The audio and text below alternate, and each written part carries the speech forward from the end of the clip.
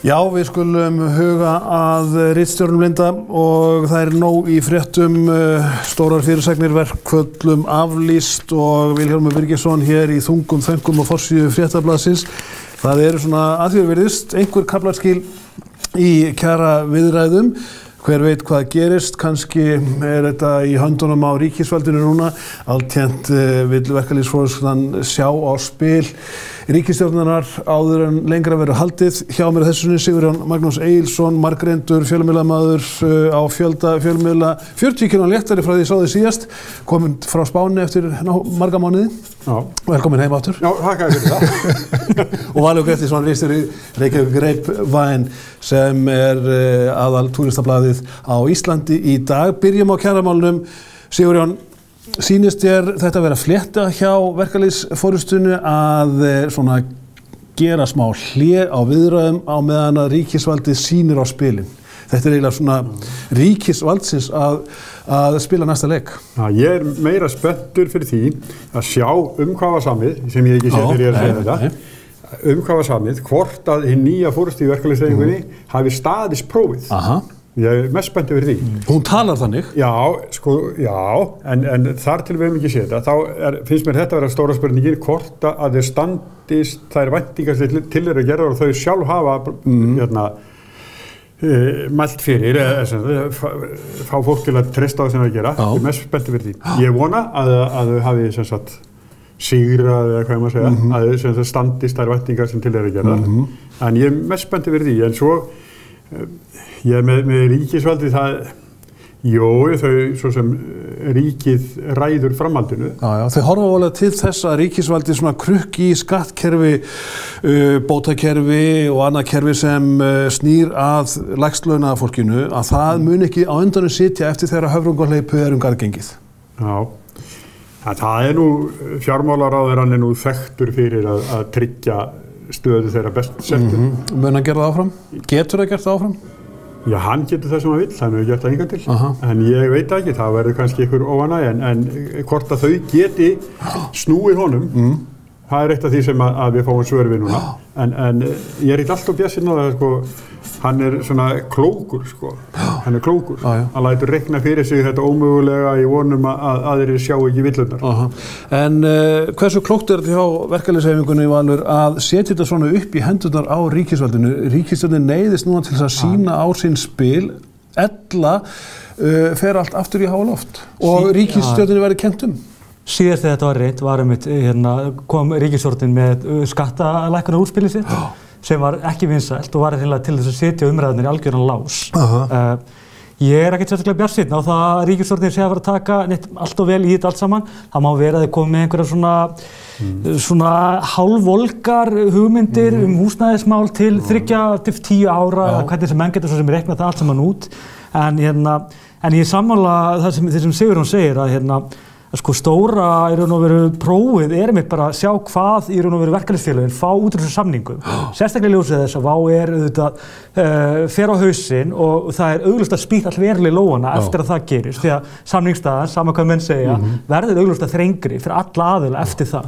Það gerir það að verkum að kannski eru verkalýðsfélögin að sætta við samningar sem þau höfnuðu fyrir viku síðan og eru að sætta við lausnir sem eru kannski sagt að eru ekkert endilega, og þetta eru fyrir einhver orðaborði heldur en kannski heldur einhver raunverulega aðgerðir, En það nýr tónn í viðræðum núna, það talað almennt styttri vinnutíma. Íslendingar fóru til Noregs í hruninu og kynntust þar öðruvísi vinnutíma en þekkist á Íslandi. Menn komu sér upp áhugamáli bara vegna þess að þeir voru hættir að vinna klukkan 3 á daginn, kynntust konur sín upp á nýtt. Eitthvað svona eru menn að tala á Íslandi vegna þess að það kulnun í starfi sem heyrist inn á milli allra kjaraviðræðna. Mun þetta einhverju breyta vegna þess að íslenski hugsunarhátturinn hefur alltaf verið þessi, ég ætla að vinna þess mikið og ég get þess að fá jafn mikið upp úr umslaginu og hugsast getur. En má ég aðeins að öðru af því að Valur nefndi með húsnæðismálin, hversu galið það í raun og veru að verkalýðsforystan þurfi að vera að fórna eitthvað kröfu sínum til þess að þau opinbera standis í stykkinu. Þetta á ekki að koma verkalýðshreyfingunni við, það sé til íbúðir í landinu. Og það að vera að tala loðnubrestin og áhrifina af honum út allt. En húsnæðisbresturinn, hvernig hann búinn að leika það fólk sem orðið fyrir honum? Hræðilega. Já, hræðilega. Og mikið verð heldur loðnubresturinn kemur til með að leika því hann tímabundinn og hann kemur af náttúrulegum völdum, hitt af manngerðum völdum.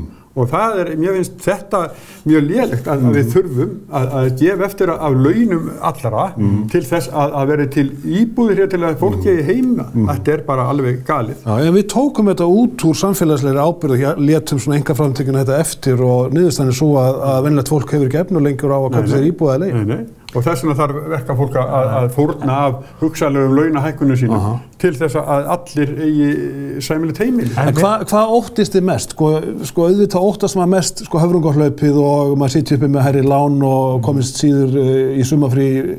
Þetta er svona hugsunarháttur þess að venjulega fólks. Er þetta framöndan? Það sem náttúrulega augljóst að vera að gerast á næstu mánuðum og einhverjum til að byrja að gerast á fasteignamarkaði til að mynda. Það að losna fasteignamarkaði. Það að kólna verulega þar. Það með færri ferðamönnum.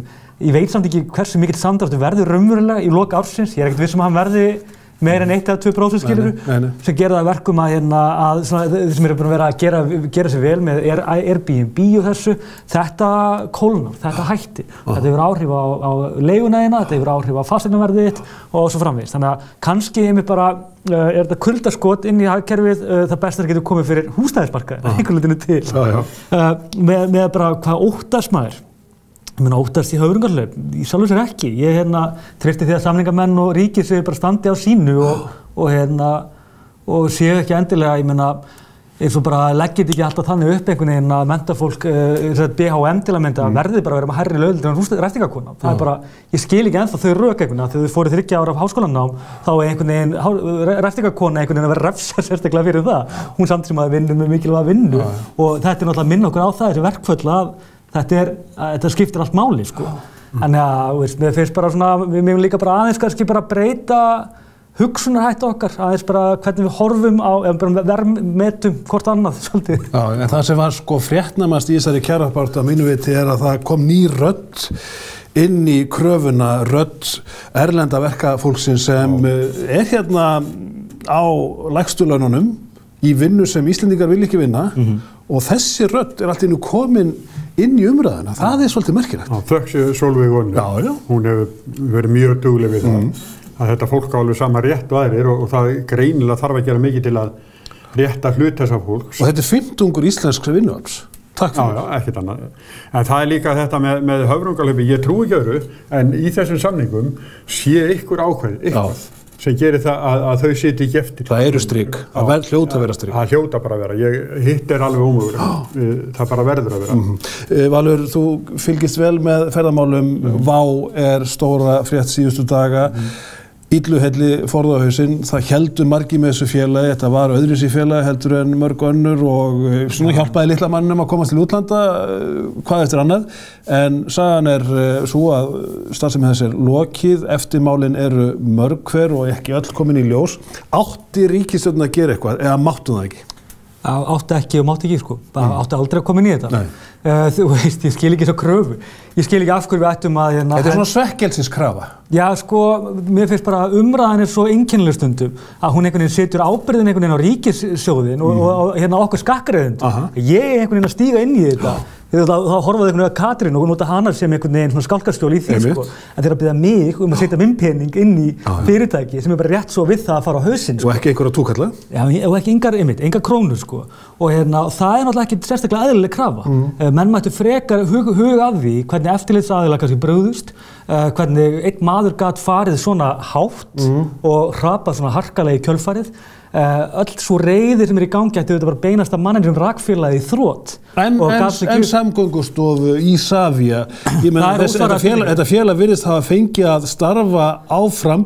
Við skuldum nú þegar 2 milljarðar okkur skakkreiðendum, 2 milljarðar sem eru þannig útistandandi. Ég meina á sama tíma sko vél Ernis bara inn í skýli, gránduð eins og sagt á vondri íslensku og meðan að Vá hélt áfram. Það náttúrulega alveg galið að einn maður með ógjaldfært félag. Hann gæti ekki borga laun, hann gæti ekki borga launategn gjöld. Hann átti óskætti greiðslustöðun fyrr, en hann hafi komist upp með það að reka þetta áfram eftir að allar bjargir voru bannaðar. Og svo kemur skellurinn og hann bitnar meðal annars á okkur saman hvað við viljum. Já.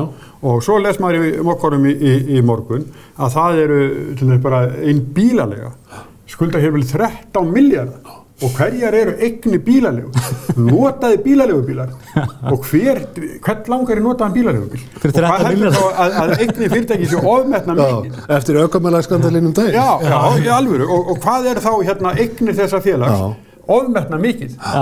Þetta er einskis fyrir. En sko 20% ferðaþjónustu fyrirtækja skulda 80 milljarða. Sko við sitjum uppi með þessi eftirmál, ofþenslu í ferðaþjónustu, ósjálfbæran vöxt, svo árum skiptir. Býta þess sko, máli staðan ekki svona slæm. Hafði í huga að WOW eru þetta eitt félag. Það var vissulega með sín 30% hlutdeild í flugi. En það eru nú ekki eins og það séu 2 félag bara í Íslandi fljúga til eða frá. Þau eru allt í allt að milli 20 og 30 eru flugfélög. Það eru augljóst tækifæri, svo þetta hollenska fyrirtæki sem að taka upp svona pick-up slakan en þeir náttúrulega fara kannski ekki í það að niðurgreiða beinlínis miðana sína að tapa eins og þeir gerðu hann á síðasta ári, 22 milljörðum, sem lítur nú að vera bara eitthvað heimsmet í tapi á flugrekstri á einu ári. Að auki þá að maður spyrja sig sko, mun höggið verða hvað? 10 ferðamenn, 100.000. Ég ekki viss að höggið verði neitt sérstaklega mikið. En er það í lagi, þurftum við innan gæsalappa á þessu að halda til að hægja á ósjálfbærum vexti? Hvernig getur maður raun og veru gert alltaf ráð fyrir því að vaksa 40% á ári? Hvaða kolbilaði viðskiptamaður gerir ráð fyrir slíku? En þetta er íslenska leiðin að vaksa óbúslega hratt þangað til allt hrynur. Já, má ég aðeins í þetta. Það er sko, ég hafði náttúrulega vitni í son minn Kristján sem er með Túristi.is. Hann segir sko, og veit alveg hvað hann er að tala, að 50%, minni ég, öðru komið 50%, farþegum WOW voru skiptifarþegar, ekki eiginlegir ferðamenn. Nei. Síðan er hinn dæmigeri ferðamaður og Íslendingar til og frá eru þá 50%. Þannig að WOW var ekkert með 35% að koma ferðamanna, alveg fyrir lagi. Ef þau voru með 35% af markaðinum, þá getum við örugglega tekið helmingina því sem er skiptifarþegar og svo meira sem eru Íslendingar til og frá. Fólki sem skilaði virðisauka í landinu. Nei, það eru bara ég og þú að ferðalagi og ekki eru við ferðamenn. Þannig að mér finnst og ég held að það verði núna þannig að stjórnendur fyrirtæki í ferðaþjónustunni noti WOW til að svona skýla sér á bakvið með offjárfestingu sem allir búin að vera að tala um og við alltaf vita. Það er búin að finna blóraböggulinn. Já, það er að finna þetta líka. Það er í skjól við, WOW fór sko, hvað er ekki að gera? Þetta er alveg eins og Þú sér Origo var að segja 15 starfsmönnum, ég meina bara WOW er erfitt ástand, hvað kemur Origo einhvern veginn WOW er við, það er bara allir að nýta tíma núna til þess að hvað maður segja, straumlínulaga reksturinn sín. Þrengja starfsfólkinu sín. Alltaf til meira, annars bara verðum við að segja fleiri bjóða þeim hálft starf. Og þeir nýta þetta tækifæri tvímælalaust og það er augljóst að svo er. Og það er ekkert alltaf út af WOW er endilega, þó að WOW er spil inn í það. Valur, orðspors áhætta Íslands, sko, við virðumst alltaf vera að fara á hausinn með eitthvað, ef ekki bara nánast sjálft samfélagið, þá hvert flugfélag öðru, sko, þetta er ekki fyrsta flugfélag, þetta er ekki annað, þetta er ekki þriða, þetta er ekki fjórða. Þau eru 5 sem hafa verið að fara á hausinn hérna á undanliðnum sko 5, 6, 7 árum. Iceland Express munum við, Arnarflug þar á undan. Það virðist alltaf verið þannig að flugfélagi við hliðina á Icelandair og þar á það fluglegum fari á endanum á hausinn. Þú ert að ritstýra Reykjavík Greipbæn, útlendingarnir lesa þetta blaðitt og Íslendingarnir þetta líka. En finnur þú fyrir sko að orðspor Íslands hafi laskast? Ekki neitt. Ekki neitt? Það hefur engin áhrif. Á nokkrum ástæðum. Fyrsta lagi held ég að komi engum á óvart að Íslendingar reki flugfélagi í þrot miðað við okkar orðstýr sem er ekstra með. Þetta var ekki fallega sagt. Í öðru lagi þá er flugfélög þau eru bara alræmt, þau eru erfið í rekstri. Þetta veit almenningur hérna. Jú. Við fórum upp á flugvöll og töluðum við svekta ferðalanga sem voru fastir hér á landi út af WOW er. Enginn kendi Íslandum, við spurðum komið aftur, það er bara auðvitað, þetta hefur engin áhrif á fjöllin okkar eða vatnið eða Instagram-myndirnar okkar. Það er frekar, það sem hefur alltaf áhrif, þetta er alltaf það sama, það er krónan, hún er númer 1 og svo er það ómikil túrismi, bara massatúrismi. Þannig að þetta það sem hefur áhrif og þetta það sem við þurfum alltaf að hugsa og meira segja sko pæli í því, það spáð 13% veiking á krónunni á næstu 12 mánuði, það bara best að það getur komið fyrir ferðamanniðina, sérstaklega þegar kemur að Bretunum sko. Slæmt fyrir okkur. Fællega fyrir okkur. Já, það alltaf, þetta endar alltaf í fanginu á okkur. Ég bara reyna að finna Björn til í þetta sko. Elsku krónan. Sko. Já, þetta alveg eitt helsta heimilisofbeldi sem þengst í. Fólk bara vaks og vaksa sko. En herramenn, einn angi þessa máls sem því miður ekki skemmtilegt þrotabúið sjálft sem situr núna uppi með 2 hvíta miðaldra lögmenn umdelda, sérstaklega annað þeirra, Sveinn Andri Sveinsson og hann sé bara nefndur í þennan hóp og á núna við líka með að skila einu búi vegna þess að það eru deilur það hvort hann sé að taka sjálfum sér of mikið 50.000 krónur á tíman að sögn meðan að venjulega lögmaður með 25.000 að sögn Sigurjón, það bara kallmenns að fá að stjórna þrotabúum á Íslandi? Sína dæmið það ekki? Jú. Já, en svo það hérna... þetta eitthvað klíka? Já, svo hinn fyrirverandi lögmaður Ísafja, þetta allt skrítið, sko. Ekta Ísland. Já, og það hefur nokkuð komið fram að það sé einhverjar reglur eitthvað sem að stuðst við þegar það er útluta sem búið. Þetta eins og bara að vinna í lottónu sem það er keypt miða. Algjört ógagnsæi. Já, og svo fyrir þá sem fá það er bara eins og það er unni í lottónu en aldrei keypt miða. Þegar eins og þú segir, getur bara tekið sér 50 skall á tíma og þeir einir vita tíman sem fer í þetta. Þetta alveg... Ég meina 100 milljón krónar verk. Já, við getum tekið einn dæmi, við höfum bæðir skrifað svolítið glæpinningu tíðina, en ég veit að í seinni ára allavega, þá það svo einfalt að þegar einhver kemur inn og lögregla færir einhvern inn og hann segir, ég ætla að fá lögmann og þá hann skipaði lögmaður, þá þeir lögreglan bara með lista og nafnið það efst uppi og þú færð þann kuna og svo fer bara nafnið aftur neðst. Þetta alveg eins með þrotabúin? Það svo? Já, bara dómstjóri með lista. Ég ekki viss að það sé svona einfaldur. Það bara þannig. Ef svo þá það bara svipa kerfi og til að mynda hjá lögreglunni og lögmenninni sjálfur sækja eftir og vera eftir því að fara það bara á hana lista, skilst mér. Það getur ekki alveg svona í þaula. En þá allavega ef það þannig niður í héraðsdómi, ekki lágmarka ef lögmaður með stórt þrotabú að hann ljúki því áður en að fær næsta. Maður hefði haldið það. Það ekki, á því ekki bara að vera þannig. Ég þekki það ekki sko. Já, ég þekki eðlileg bara. Ég veit það ekki sko. En sko, þetta enn einn angi þess að konum haldið niðri en köllum hampað burt sér frá getu þeirra? Konur í lögmannastétt tala í þá veru, það væri ekki eitthvað fyrir sér? Jú, það er bara dæmin sannaða bara. Já. Það undantekni kona skiptastjóri, eða ekki? Og af hverju? Sko, þeim ekki treyst? Við bara kallar maður samtryggingin. Já, bara 3 ritstjórar, allir karlar. Sjá bara borðið hérna. Þú veist, auðvitað, þetta bara hluti af því feðraveldi sem og þetta bara eitt af því. Héraðsdómur mjög svona gamaldags og svona stabiliseri stofnun sem ég geti ímyndað mér að feðraveldi þrífist best innan þessa ramma. Hleypa þeim ekki að, það ógnaðum, þetta eitthvað þannig sko. En lokum þessa umræðu með þessum vetri sem að margra mati átt að vera erfiður, það ennþá vetur, horfiði þokkalega björtum augum til vorsins í öllu þessu tilliti efnahagslegu, stjórnmálegu, viðskiptalegu, ég meina lóan samt komin. Já, en sko, það fleira komið en lóan. Það komið alveg ígnæfandi vantraust á stjórnvöld. Það? Á Alþingi, já. Það voru að mæla 47% í fylgi samanlagt alltaf í dag, sko. Já, en sko vantraust fólks á Alþingi og til þessu borgarstjórn í algjöru ruslflokki. Hvað borgarstjórnina var það sögulegt? Já, og meðan þetta þá getum við ekki verið bjartsýn á eitthvað merkelsi að fara að gerast. Það ekki? Nei, fólk mætir á kjörstað og kýs eitthvað fólk og daginn eftir að lýsir að vantraust á það. Það eitthvað í þessu. En þú ert fulltrúi hins miðaldramann sem bara dvelur langdvölum á Spáni. Það kannski framtíð Íslendinga? Nei, það held ég ekki. Þetta ágætt sko svona af og til en ég vildi ekki heima, mér finnst mjög gott að vera þar, ég ekki heima. Gamli Íslendingur í Valur. Bjartsýnn, svartsýnn. Fólkið mitt hérna. Ég er bjartsýnn maður, það verður margir að leiða til það. Mér finnst smið alltaf svartsýnn, komandi úr sólina ekki sko. Sko, það ljóst, það sem svona ljósu punktarnir eru þeir að þessi kreppa menn telja um henni gangi yfir 69 mánuðum. Það nú, við höfum nú farið í gegnum harðari hluti heldur það. Svona, við munum eftir hruninu, það var bara grjóthart. Og ég held að við einhver kann á krísur, þá það kannski Íslendingar á einhver leitinu til. Og maður vonar að þetta gangi eftir, það að segja að húsnæðisverð bara lækki og bara finna einhvers konar jafnvægi. Þannig að sonur minn sem 10 ára geti actually flutt út 20 í staðinn fyrir að... Þú ert bjartsýnn maður. Í staðinn fyrir að gera fertugt.